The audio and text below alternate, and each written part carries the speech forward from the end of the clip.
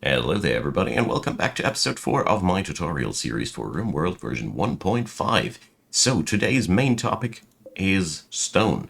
We are going to set up ourselves a workshop which will be our base of operations henceforth for all manner of different things that we're going to build, and we're going to do that while we are starting to harvest as many berry bushes as we can on the map. The temperate forest environment is very generous with those berry bushes, and it's very easy to sustain a lot of your early game needs with that. We also will now start harvesting that wild heal root, double clicking that to get the job done there. So, what also, I think I wanted to do that in the previous episode and then I missed it. If you have forbidden stuff on the map, and I always thought that this was part of a mod, but it is vanilla by now, you can't just right click allow and unforbid everything. You can, of course, also forbid everything if you ever would want that. Sometimes this can be a good idea, but thanks, dear comment section, for letting me know. I previously always thought that a mod was doing that. Once a mod was doing that, but now it's not anymore. It's complicated. The game develops. Now, we have had a gazelle self-taming itself last episode, and it has been now brought into the pen. We are going to handle animals in a different episode, though. So, first things first, I want to pilfer some stone to build my workshop with, because sometimes it is quite nice to just kickstart your economy with something. So here steelies are standing around. They are granite here, and there's walls everywhere. So you can either use these for building a building around that. These steelies have a high innate beauty value, so it is sort of a waste to deconstruct them, but you can decide that to your own liking. We're going to leave the art alone for today, but we're going to take a look now about the environments. So there's limestone chunks, slate chunks, and if we look here, we have mountains made out of slate and limestone. So the boulders correlate to the mountains around you. Each one of these chunks can be processed into stone blocks. So we are going to select this area here for our workshop. So I will now set up a stonecutter's table out in the open. I will say the workshop will stand here. So we're also going to go and set up a new stockpile zone, a dumping stockpile zone. So dumping stockpile zones are meant for trash and boulders. So we're setting that up here. This is going to be where the workshop will be. I just want to avoid building the workshop out of wood. We are growing past that material fast, and it is really a waste of our precious materials to build more wooden buildings. Because, as I like to say, wooden buildings are great until they are not anymore. I mean, with that, they have a high innate flammability, so if ever a flame starts to lick on your walls, wooden walls will catch that immediately and propagate it to the environment. And to make matters worse, a wooden wall has pretty low HP. So it's not only a flammable wall, it's also a soft wall. So here stones come to our rescue. So we can here configure at the stonecutter's table either to make a certain type of blocks, or we tell it to just make any type of stone blocks. In our current scenario, we have now the dumping stockpile here, and I want to show you it's automatically configured to pick up chunks and corpses. We're going to deactivate the corpses because we're not storing them here right now, so we're only storing chunks. So we are going now to select 3 limestone chunks and 3 slate chunks. There we go. First things we do, we add now a bill for the limestone blocks and for the slate blocks, and we make that 3 times because we have that amount of chunks reserved. This is crafting work. Working at the stonecutter's table is considered to be crafting work, but to make things a little bit irritating on that end, it is not generating any crafting XP. I have no clue why on earth the stone cutting does not yield crafting XP, but I didn't make up the rules for this game. It is what it is. So that means it is a tedious work, but it is a work that does not yield any experience points. So we now see Conway, who I just configured to have that on a higher priority, picking up a boulder and start cutting it. Here it is also very important to note, once that bar starts filling up and you interrupt them, they need to restart again. They don't get to keep the progress while cutting a boulder, so don't interrupt them while they're doing that. We have now our first set of limestone blocks. Wonderful. And we can here also, if we want now slate blocks, change that. So I now right click here. After changing the builds, you need to reassign the job. Now he's picking up slate blocks. I want to show you something in that regard. No, I don't need to. Never mind.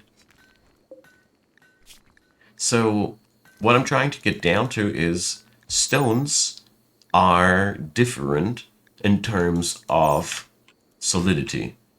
That means a limestone block is a different type of quality as a slate block. Oh yeah, this is actually not bad. So you see here a slate block does increase the maximum HP of a structure by only 130%, while limestone does 155%.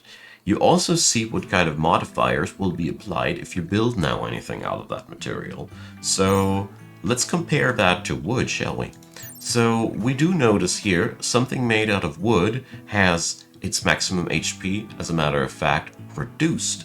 So there's also a lot of other factors, but I want to point out here, wooden doors open, as a matter of fact, faster than with other materials, and stuff made out of wood is faster made. Now let's compare stone. We're going to take limestone as a comparison, more max HP, but work to build 600%.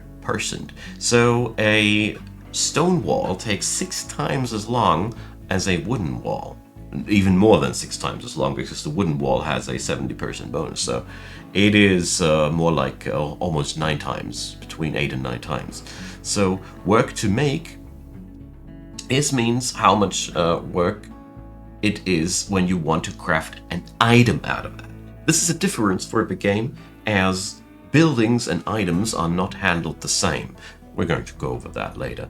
But altogether, what I also want to point out, door opening speed. So don't do doors out of stone. They are solid, they are strong, but they also open and close darned slow, and that is a big downside.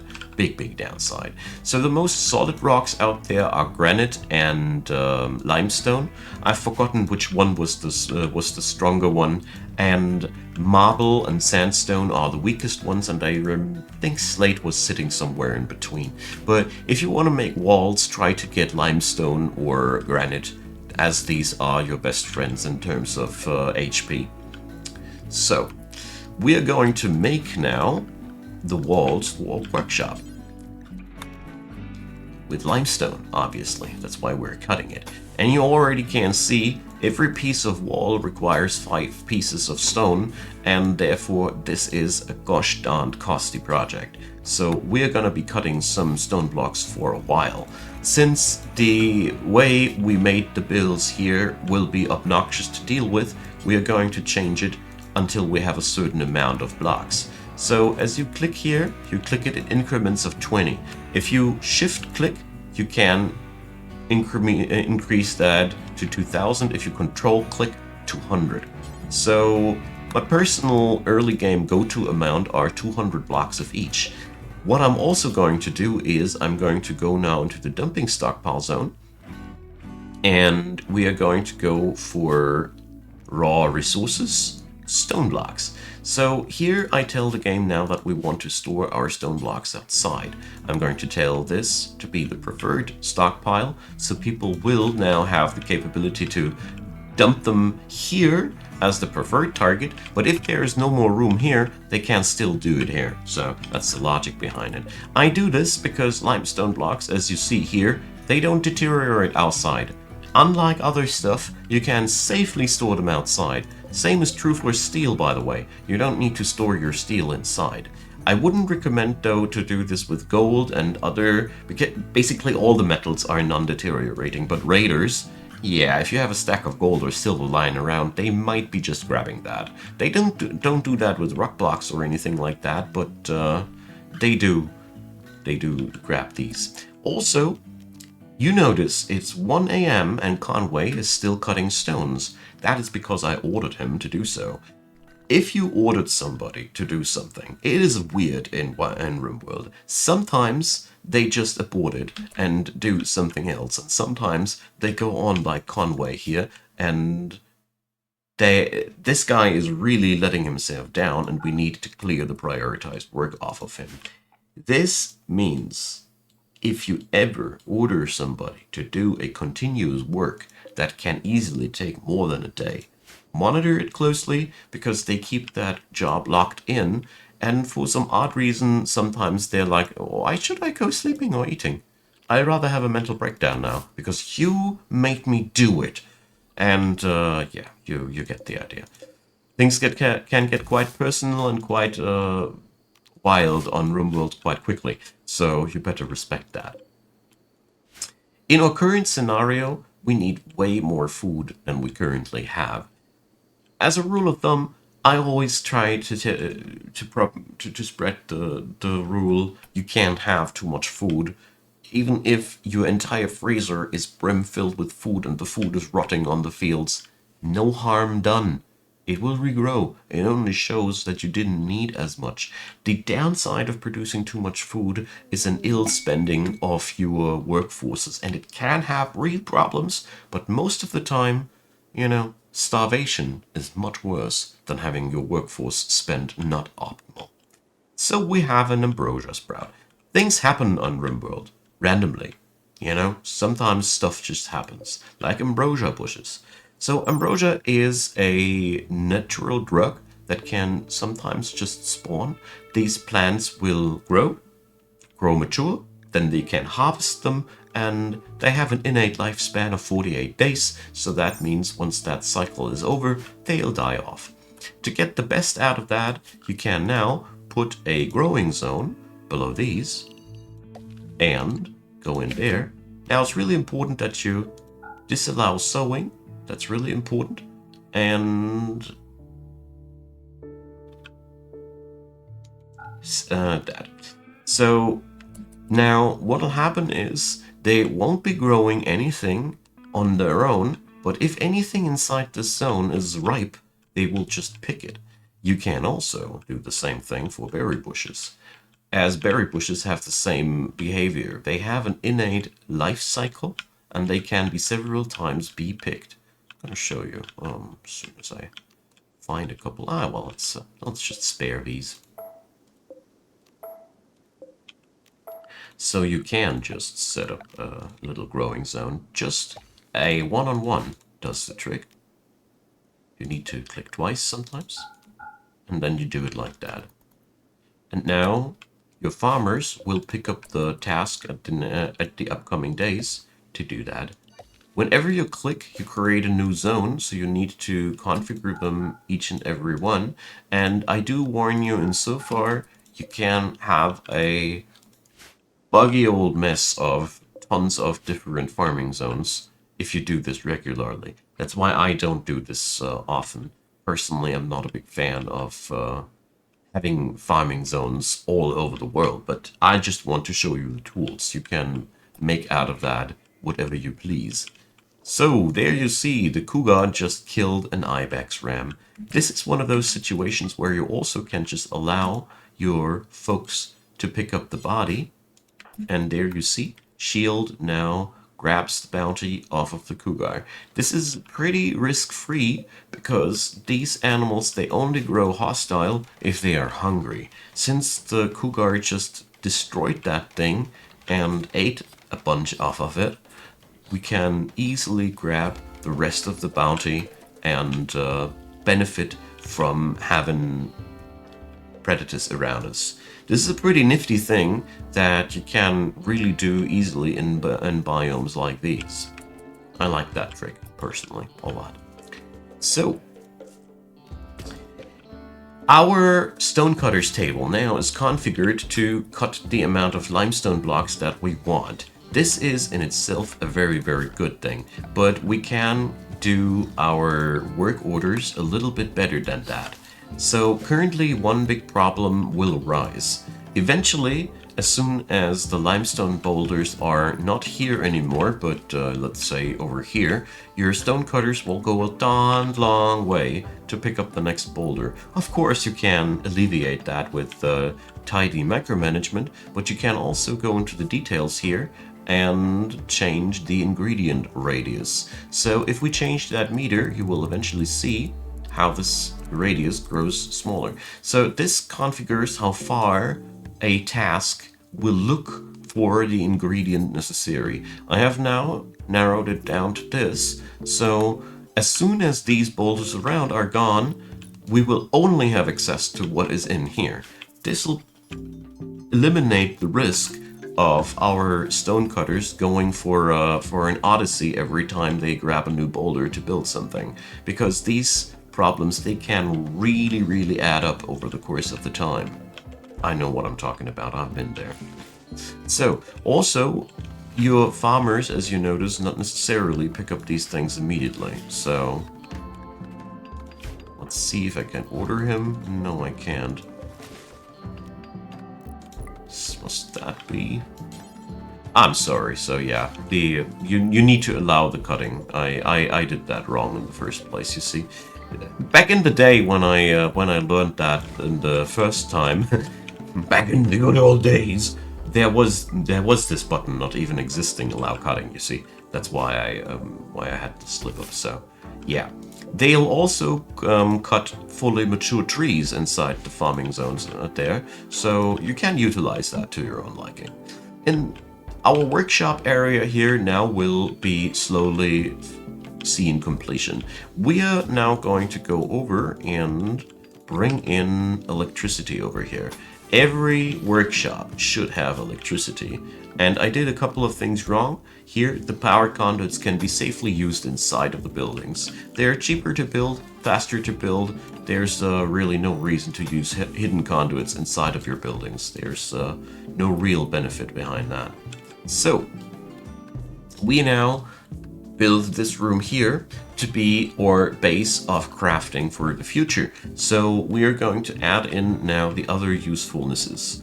First and foremostly, the electric smelter. Save up yourself some steel for the electric smelter, as this thing is providing a very important service. It takes these steel slag chunks and transforms them into utilizable steel. Slag chunks, they basically are steel boulders. I think that's the easiest way to describe them. They can be not transformed back into steel at the stonecutter's table, but rather at the electric smelter, obviously. Smelting does require electricity. Electricity creation also requires steel, so this thing here is one of the really important things to build early on. But I'm going to forbid this one, because here, this is one of the buildings that really does not like to be in the rain. You will have real issues if this thing is powered up and is caught in the rain. It'll produce constant explosions and fire. No fun. Just no fun. You don't want that. Believe me, I tried. So we can now harvest a ton of berries to sustain our colony. You could alternatively also send your fighters shooting all the ibexes and gazelles, and tortoises are also pretty good. Basically, whatever you want to shoot, which has no revenge chance, is a safe prey. Don't you dare going lightly against anything that has a revenge chance and comes as a pack. These are by far more dangerous than any solo predator. If I'd be shooting one of these muffalos and one of them would go hostile, the entire herd will go hostile. I've lost entire colonies by learning this hard and brutal lesson of the Rimworld. So, in short, whatever you do, don't piss off herds with a revenge chance. Unless you know what you're doing, you got explosives, machine guns, and other nifty, wonderful things at hand. Of course, go crazy. You can make this safe. You can make this a bountiful operation of buffalo skin and meat harvesting, but it does need the preparation. Don't you ever take packs not serious, like I said. I lost colonies like that. Anyways, we are going to go in this workshop here, and we're also going to add in the electric tailor bench. Here, also going to forbid that beauty here. So we have just the ghost of it set down, and we're going to bring in the art bench, because art is also a really good way of earning money. And I think we have now the most pressing matters together. So we can also set up a crafting spot here. The crafting spot is providing us access to more Neolithic things and smoke leaf joints. So we're going to go over drug production, I think, in the next in-game year, as currently it is in the middle of summer, and our time where we can do farming in the year is limited. So winter is coming, and that's not only a sentiment, it's quite literally the time where you can't do any farming anymore. And if you would be planting fields out too late in the year, the only thing you would be getting would be some farming experience, because the plants will grow, will die off in the cold. That's all they'd do. So, as you see here, building the stone workshop does take much longer.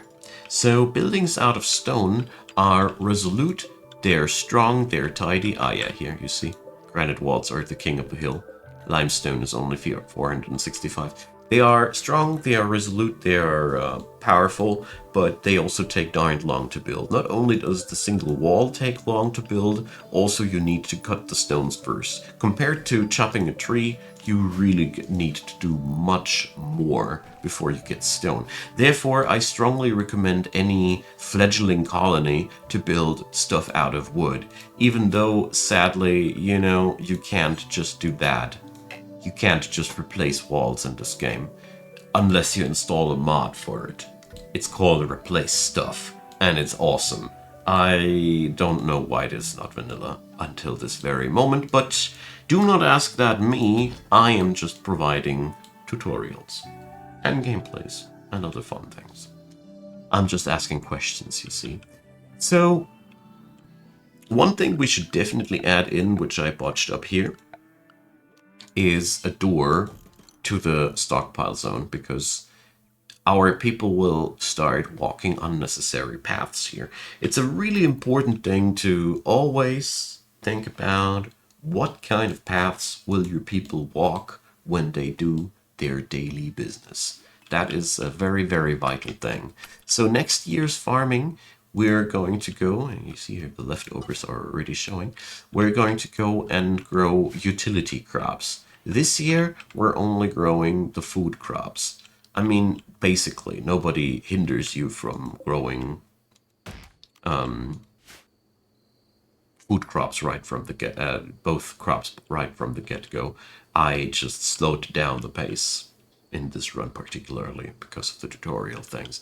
So, we're going to go over to our stove, and we, for whatever reason there is, well, we can't do that either, so we need to build a new electric stove as soon as we want to utilize electricity. But you don't have to.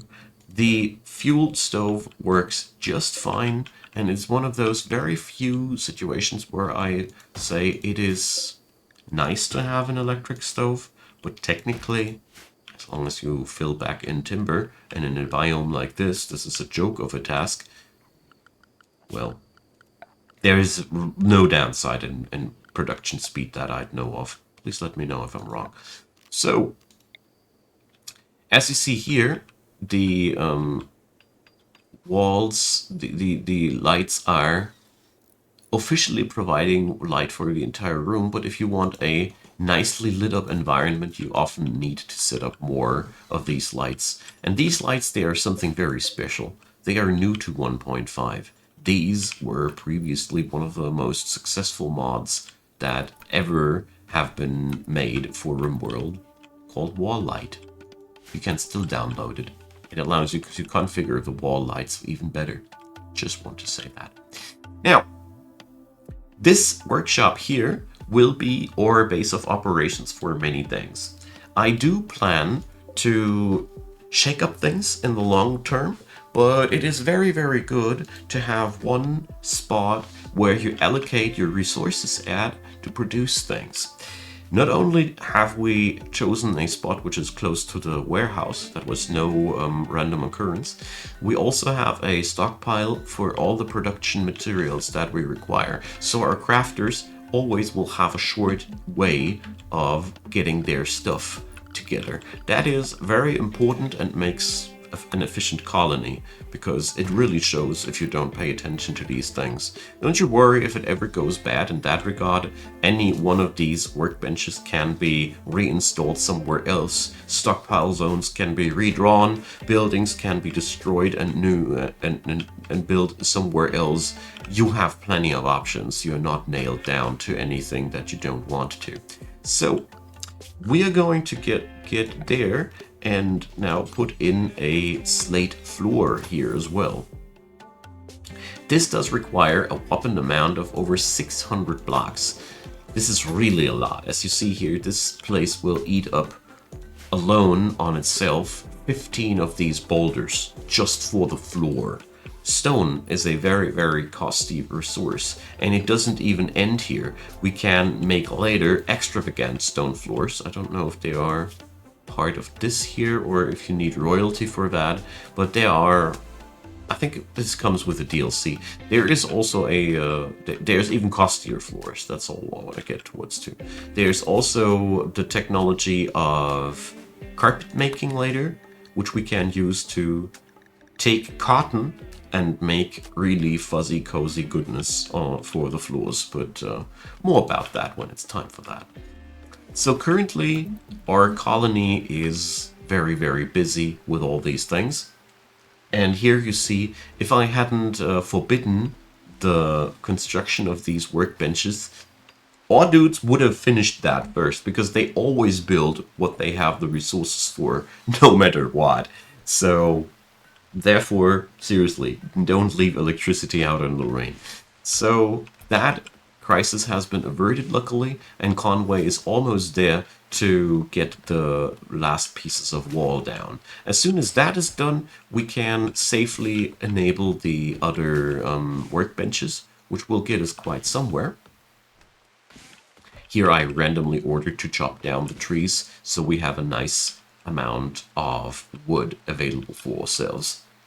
It is always good to have a nice big chunk of wood in your stockpile. So we have two new events. A merchant comes on in and a wild man wanders on in. So wild men. This is when somebody dejects civilization completely and decides to live out in the wild. You can pick up these people and get them into your colony. What you need is somebody who has an animal skill of 7 or higher. If not, you can't tame them. So Menino here is incapable of violence, but he's also a real good artist, and he also happens to be a psychopath, a nimble one as well, which is really, really good. So let's check with our dudes if anybody has an animal's rating high enough. Yep, there we go. 2 even. So we're going to go on over here, and we set a super high priority on handling now, and we tell them to tame Menino. So as you see here, wild men may attack upon failed taming attempts. There is a 10% chance of this going south, but since Menino is incapable of violence, he's going to be an extremely low threat, if any. Alright, my friends, that sums up episode 4. I'm going to go over the trade caravan in the next episode, as I think this is a perfect opener for a new episode. Thanks for watching, you all. Let me know in the comment section what you think. A lot of thanks for all your positive feedback for doing this. I appreciate this so much because, you know, my channel started with Rimworld. You gotta know that. It's the very first game that Icon Gaming did on this channel. So it's a delightful thing to get you guys involved into that. And yeah, leave me a thumbs up, consider subscribing, check out the description box. You'll find the playlist link to this entire tutorial series there, so you don't have to search for the episodes anymore. And there's also Discord, Twitch, and you can check these out if you want it. There's also PayPal, Patreon, or Buy Me a Coffee, and I'd be very happy if you gave them a look. There's also a channel membership system by now, letting you preview all the scheduled episodes before they air. But don't you worry, no paywalls here ever. I believe in free content. I'm fond believer of that principle, so it's just a way of saying thanks for you guys if you want to binge in. Enough words. Thanks for watching, thanks for supporting the channel, and I hope you had a good one. See you next time.